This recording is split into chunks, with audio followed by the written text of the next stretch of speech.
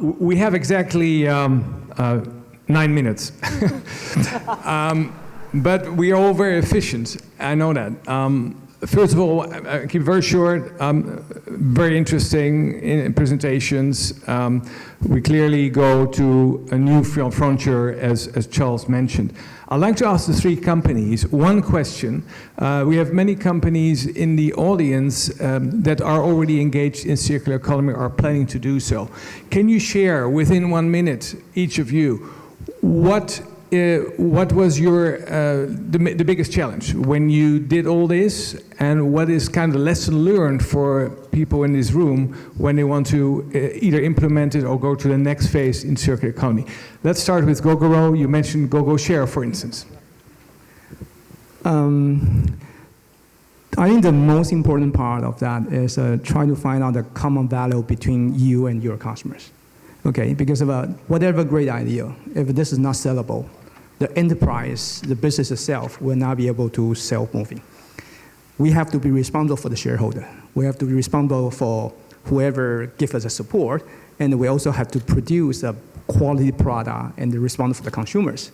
So normally what you want to sell is not what the customer wants to buy, unfortunately, especially for this kind of circular economy, sharing things, high quality, environment-friendly products, because of increased the cost.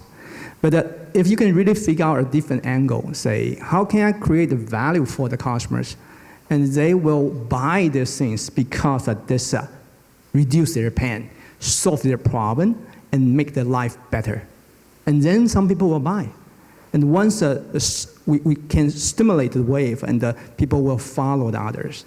So before we reach the 16% market share, it's really, really difficult for us to ramp up. But after we have a lot of users riding a scooter in the street, people will follow, say, hey, I can recognize that. I believe it will work. And that's very important. Yes. Okay, Dave from Kaer. I think the biggest challenge we had was that we weren't a startup business who was trying to disrupt an already inherent industry. It's very difficult. I stand up here and I talk about being brave and stop selling products and start selling services. It's hard to do that if you've been doing that for 60 years. And what we didn't do, and why I'm so passionate about telling other people to do it, is we weren't brave. We developed the business model and we ran it the same old way. We didn't restructure our organization. We didn't change our talent. And we just tried to deliver a new service with the same people. So I think the challenge we had was not willing to accept our own belief in that business model. And so what we did 2 years ago is we said, right, we take away the choice. We don't offer products and services, which is what we did in the past. We said we no longer sell products. We canceled contracts. And we stopped offering that as an option for our customers. And we reorganized our entire organization. We had new business units and new titles, new talent, and it made a huge, huge difference. So the challenge is being brave, especially if you're a market leader or you have so much history. It's risky to do that. Thank you. Daring to make the shift, radical shift. Yeah. Matt. Yeah, look, for us, I think the most important thing was, and I'll use the fishing net example, for us, we were introducing a new value chain into our business. Sometimes before you reach scale, there's a cost impact. It's a negative cost impact. We found this, but what it meant for us was we had to be resilient, and we had to be persistent. We had to find a way to make it work. It would be real easy to surrender and go back to our fossil fuel as being our feedstock. But for us, this was absolutely the right thing to do as a business. It was our purpose. We knew that indirectly we could also help, coastal societies and small micro communities. We could still help them subside as well. So we had to make it work. So we had to just put a task force team in there to make sure that we crossed every boundary and we made it cost effective for the future. Thank you. Moving to government, Janez, you have been an European Commissioner at the EU.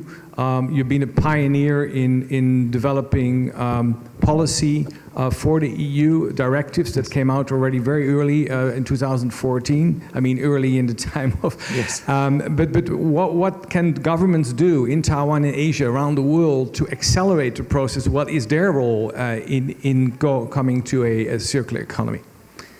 Thanks. I think there are some crucial words which you should understand. One is creating leadership, creating ownership, incentives, cooperation, combining top-down and bottom-up.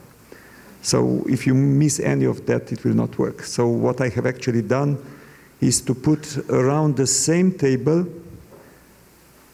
colleagues from European Commission, which means that you need to make your program the program also of other colleagues from ministers from the member states, members of European Parliament, civil society, academia representatives, then number of CEOs, trade unions, leader of European Union, and consumers, leader of European Union. In 3 years, we created a program around which we have agreed. So that was the ownership which actually pushed the whole story ahead. And I actually abused the opportunity because I was forced to do the review of the waste legislation, and I put the waste legislation in the context of overall economic change which is needed. It helped that I'm an economist, but that's not enough. Keep on doing the good work in Brussels there. Thank you. Last but not least, Charles, you talked already about the new frontiers, what's next. But maybe one part we discussed previously is education.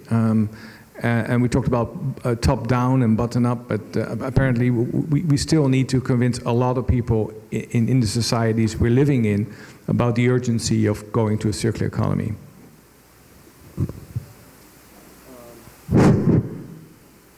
The biggest challenge that I have faced during the last few years in promoting circular economy is actually, I use the term fighting with time. In other words, promoting circular economy is really about the future. But mostly the people we spoke to, they focus on the present. So how do you bridge the present and the future is the key. In other words, circular economy is going to be a journey. It's just not a trip. There will be a lot of things we need to collaborate and work together. And you mentioned about education is one of those, the future. For example, as we sit here, we have a lot of people who are business leaders now here. I'm glad to do that.